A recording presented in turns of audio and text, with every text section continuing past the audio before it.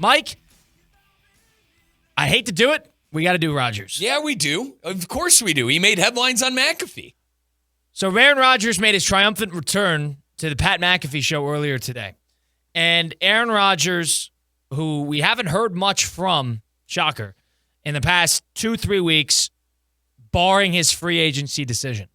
We still don't know where he's going to go. He still hasn't alluded to that in any sense. Sounds like he's going to take his time. I cannot believe for the life of me that he's going to wait after the draft to make this decision.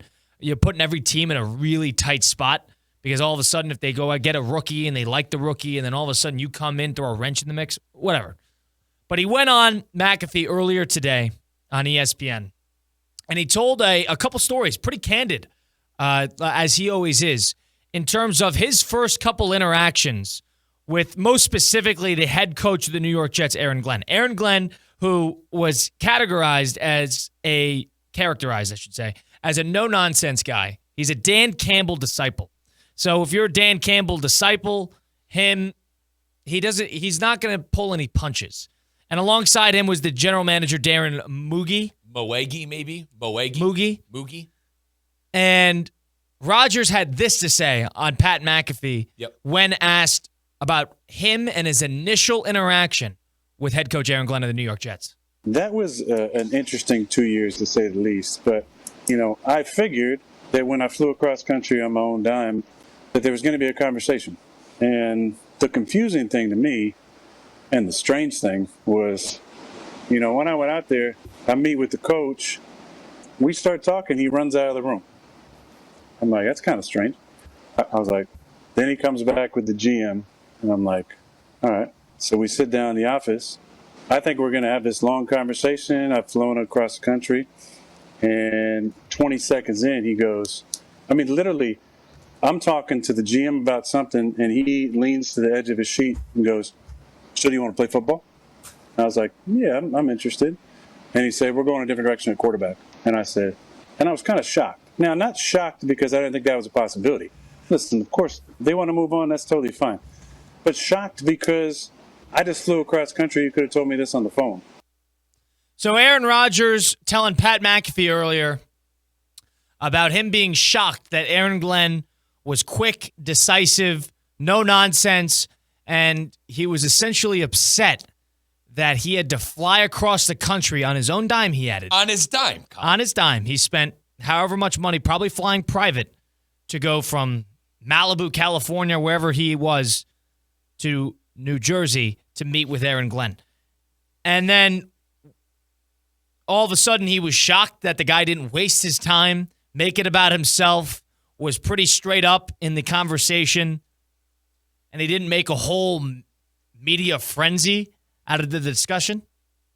That's what I'm hearing. Yeah, and short and to the point. Now, part two, I kind of agree with Rodgers on part two, Colin, and when he explains a little bit more the situation, what happened. So let's take a listen to part two. It continued. Aaron Rodgers here telling Pat McAfee about his interactions with Aaron Glenn at the Jets facility when the Jets told him that we are not interested in having your services at quarterback. Take a listen. So I said, huh?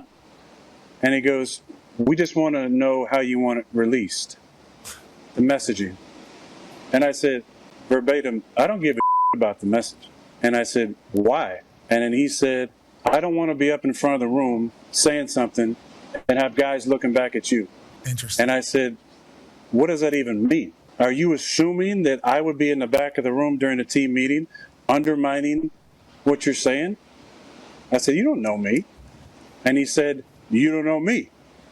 And then I said, exactly, which is why I flew across the country to have a face-to-face meeting with you to talk about my experience with the Jets and to hear your vision for the team. 20 seconds in. What I thought was going to be a couple-hour meeting turned into like a 15-minute meeting. Mike, what's your reaction to that? For that point, they could have just called him and told him that. They didn't have to bring him into New York. Now, I understand, hey, we wanted to do this face-to-face, but I don't know, very weird the way I thought the Jets handled that situation. I understand Aaron Glenn, no-nonsense guy, fine, whatever. But if you're going to move on from a guy, just give him a call hey, Aaron, instead of flying all the way out here to New York, we decided to go another direction, wish you nothing but the best, we're going to release you, whatever. I don't know. I thought that was a little, petty's the wrong word. it was a little kind of, I am the head coach. This is a no-nonsense thing now. Get the hell out. How do we know that Rodgers would not go on McAfee if what you're saying happened and they gave Rodgers a call? Sure. Saying, we're going to move on. We're releasing you. That is that. An 8-minute phone call. What do you think he'd go on McAfee and talk about? He probably would. And in this case, I want to take Rodgers for face value because he said in the earlier one it could have sufficed with a phone call. I don't know. I think to fly him out there and to kind of do 15 minutes of get the hell out of here, how do you want us to announce to everybody how you're getting the hell out of here? I think both sides are kind of ridiculous on this front. But one thing we could agree on is this needed to happen. Rodgers probably needed a new scene for his team number 3, and the Jets certainly needed to move on and get out of the Rodgers foothold. I think both sides kind of at fault here. Rodgers at fault because they're expecting – or rather, he's expecting the Jets to roll out the red carpet for him. I mean, Colin, this is who Rodgers is. We should know this by now. And then the Jets at a fault for basically making him fly out there, as he says, on his own dime for a 15-minute conversation. Weird 15-minute conversation, may I add, saying, hey, we're releasing you. Get the hell out of town. See, I'm not going to put any stock into the on my own dime comment because Rodgers putting $50,000 into a wheels up plane from Malibu, California, over to the Jets where it takes him 6 total hours to do it. No security, no nothing. He's not flying commercial. He's not sitting, 38D on a Delta flight LAX to Newark. He's not doing that. So this is somebody who flew private when he's worth $250 million.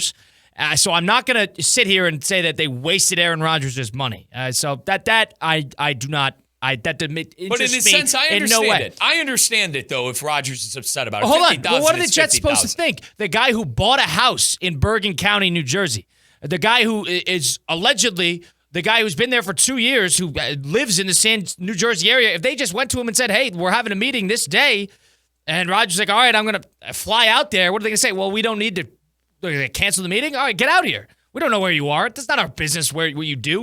We know that you're a Jets player. You got to be in somewhat availability to get into the Jets area of business, especially if we need to have conversations about what your future is. Right. I don't have a problem with what the Jets did here. Because for a change, nobody pulled any punches with him. Nobody pandered to him. He didn't waste anybody's time. Yeah, is it a little petty? Sure. But put yourself in Aaron Glenn's position. Watching the Jets from afar, seeing all the hit pieces on Robert Saleh getting out midseason, the Joe Douglas train, everything they did from an inside out got leaked. They got rid of him midseason. He hated it. The media was unfair. From that perspective, he thought Rodgers was a catalyst in that. We're guilty of that. Rodgers was a catalyst to that. He definitely was. I just thought that the Jets could have handled it a little better than come on out here, 15 minutes, get the hell out of Dodge. Like, hey, Aaron, thanks for everything, this and that, but we're going to decide to go in another direction. Here's this, here's that. We appreciate you. Thank you for your services. It didn't sound like any of that happened. Like, I understand it was a mess. And to your point, for all of the things that happened, there was a leak in the locker room, whatever it may have been. But at the same time, maybe thank him for his services. Thanks for taking a chance on the Jets and best of luck. Instead, Aaron Glenn played tough guy. And listen, like you said, that's what he is. Fine. But to sit there and to be a fly in the room to hear Rodgers go, you don't know me, and the head coach go, you don't know me. That had to be one awkward conversation. I just thought the Jets and the new brass would have handled that a little better. I can understand why Rodgers is pissed, honestly. I really can. Sure, I can too, because he's a narcissist. He gets pissed whenever something doesn't go his way. This is somebody who walked all over the organization for 2 years. Walked all over it. It was Aaron Rodgers as the general manager of the team. He brought in his buddies as the coaches. He brought in his buddies as the players, and they collapsed after 2 seasons, and he's out of town. I can't sue the Jets. It's a weird organization, but it's an organization that has lacked structure and has lacked conviction for the better part of 20 years. And you finally get somebody in there who knows what he wants, who takes an honor, whether you want to call it an honor or not, in doing a face-to-face conversation with somebody who is very public and somebody who will spin his own story if he gets the opportunity to. He's straight up. Yeah, was it a little passive-aggressive? Probably. I wasn't in the room. Right. And this is just Rodgers' retelling of it, and we're not hearing about it until a month and a half later. So, from my perspective, if Rodgers is so upset that he had to fly, because he decided to be in California, to fly to New Jersey to report to the team where his future is uncertain with, And for a guy to not waste his time, if they already made that decision, why would they keep him around for 3 hours chit-chatting? To keep you around to do what? We already have our decision. We want to know the language in which you want us to use on the release papers. Is that a petty thing to ask? Maybe with every other player in the NFL, but not Rodgers. Because Rodgers, we discussed it. Do you want to say it was mutual? Do you want to say it was amicable? Do you want to say it was this? Do you want to say it was that? Because I don't want the Jets, if I'm Aaron Glenn, I don't want to say in our media release that we released Aaron Rodgers this way and that way, and then Aaron Rodgers to go on McAfee and say it actually happened that way and that way, which is still what happened anyway. So you think no matter, even if this would have been a story either regardless way. of what happened. So that's what that was going to be my question. Even if they would have done what Rodgers would have wanted him to do and calling him, you'd think he would have went all over him anyway. Hold on, but on the other side of things, don't you, the face-to-face interaction, yeah, you might have wasted somebody's time and getting him to fly out there, but at least you're doing the dignity of doing it face-to-face. Sure. There's a truth to that. There's that, and I understand that, but it sounded like to me, and now can we take Rodgers for his word? Maybe they did it to embarrass him. Who knows? Yeah, exactly. Like it. To me, it sounded like they weren't ready for him to be in the building. Like he mentioned in that first clip that, hey, I was meeting with the head coach, and then mid-conversation, he scurries out and goes and grabs the GM. Like, it sounded like they didn't have their ducks in a row for Rodgers to come into the building, which is crazy. Or maybe it was purposeful. Maybe their plan, maybe this is petty, to have Rodgers walk in there, the guy who ran that organization, and said, we're going to make it abundantly clear that he no longer runs this organization, that he no longer has his footprints everywhere. So if that's the case, I don't have a problem with this. Okay. The biggest time waster in the entire NFL, the most self-important guy in professional sports at the moment, Aaron Rodgers, something didn't go his way, and somebody didn't waste his time on the flip side of things. I can't knock them for that. I can't. I think it's petty, just because, like, yes, Rodgers. We know what Rodgers is at this point. I've said it multiple times this segment. He's still a future Hall of Famer, a 4-time MVP, and someone respected within the NFL. I just find it crazy that was the way they would act. Now, you'd think Woody Johnson, the owner of the Jets, who was so in on Rodgers to come, I'm surprised that he allowed something like that to happen with Aaron in New York. I really am. I think it's a bad look for the Jets. What would he do? I just, hey, thank you. Like, we appreciate your services. Well, what would Woody Johnson, when he didn't allow, now he's going to have Woody Johnson's fingerprints all over this? I'm saying I can't believe Woody, this is the way, after he went on every TV show saying, oh, the reason we're going to be good is Aaron Rodgers. Aaron Rodgers this, Aaron Rodgers that. But there's a reason he brought Mike Tannenbaum in to run the new search for the GM and head coach, because I want to stay out of this. There were hit pieces on Saleh. There were hit pieces on Douglas. Whether you think they were good at their job or not, fine. But that was not a fair card that they were dealt. That's not how you let go of somebody of Rodgers' stature. That's the only thing I am agreeing with. What has he earned from the Jets? What has he earned from the Jets? So what, he earned a phone call?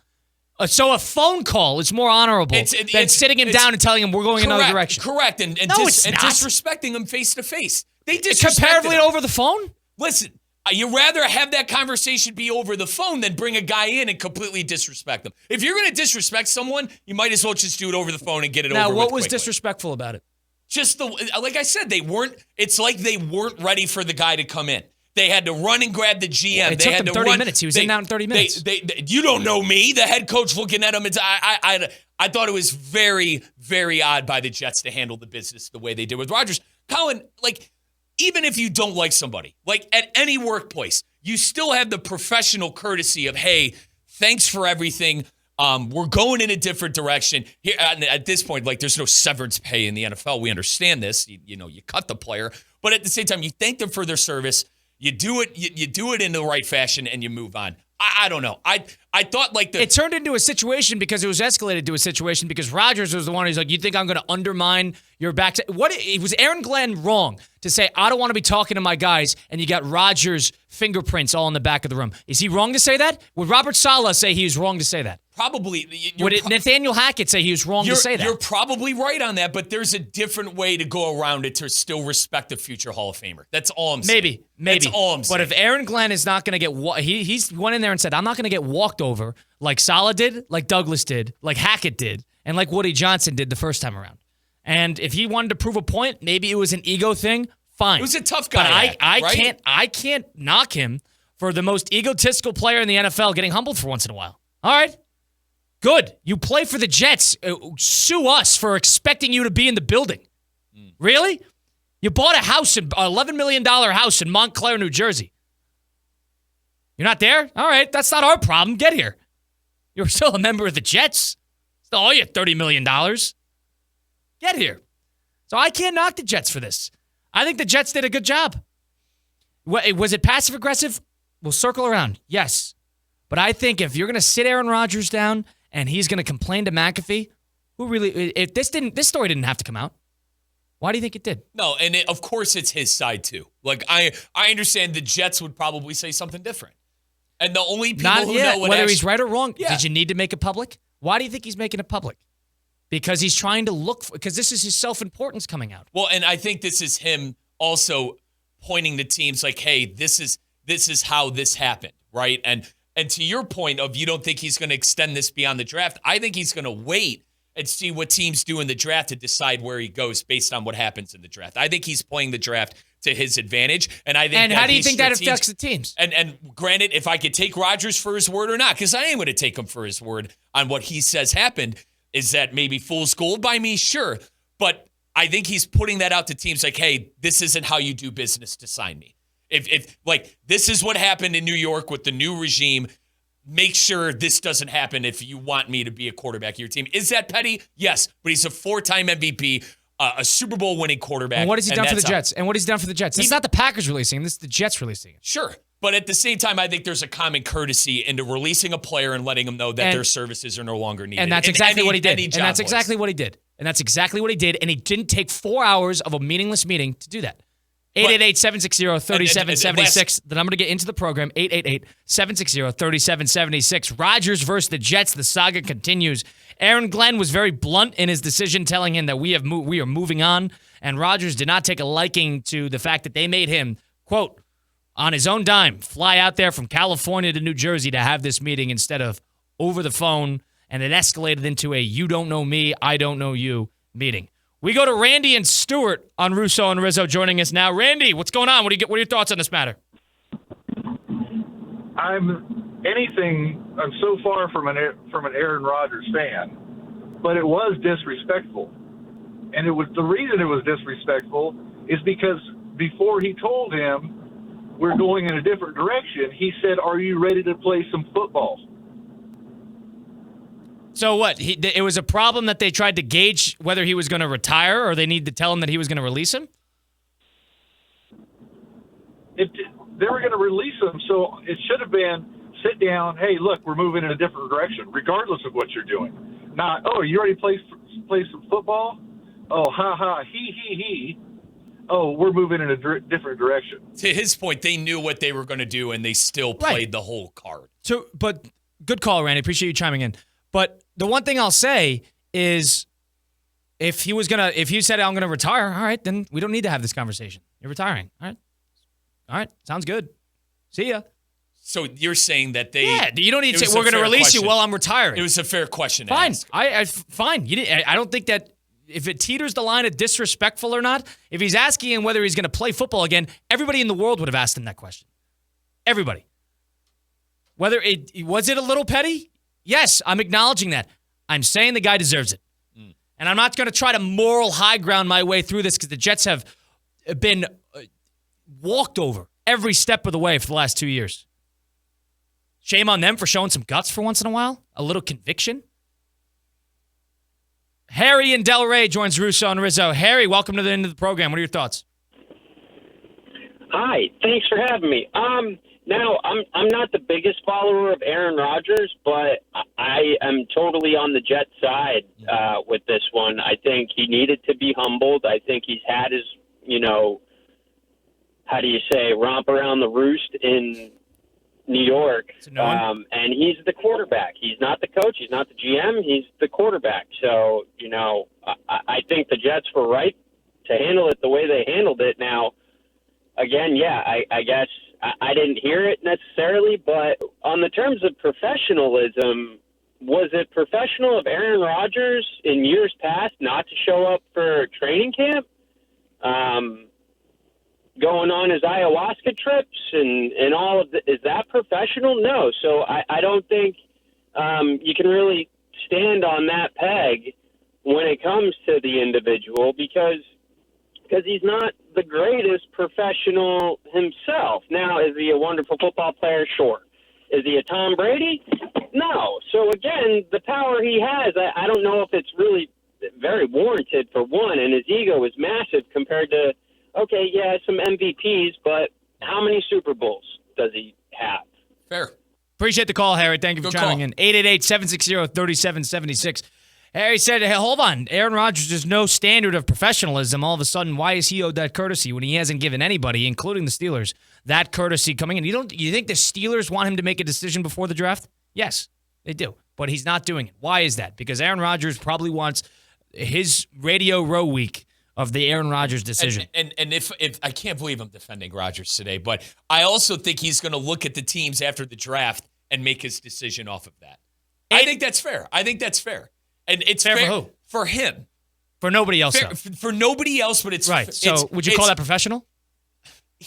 But what everyone needs to understand, he's not, and I know this is why people can't stand Rodgers. He's not the average quarterback. He's a future Hall of Famer and a Super Bowl winning quarterback, 4-time MVP.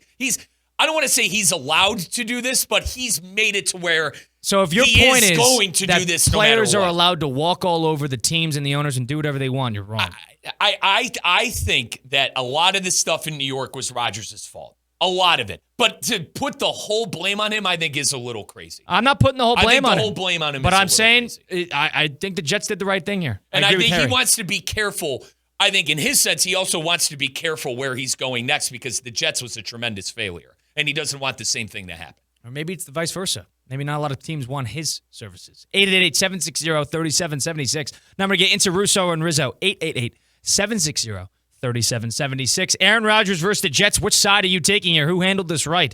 Did the Jets handle this right by getting him out there in person, in the flesh, 30 minutes, in and out? We don't want your services anymore with a little bit of a standoff versus Aaron Rodgers? Or are you taking Rodgers' side, who went on Pat McAfee earlier today and told Pat that Aaron Glenn, 15 minutes, do you want to play some football? We don't need you anymore. What do you want the wording to be on your release papers?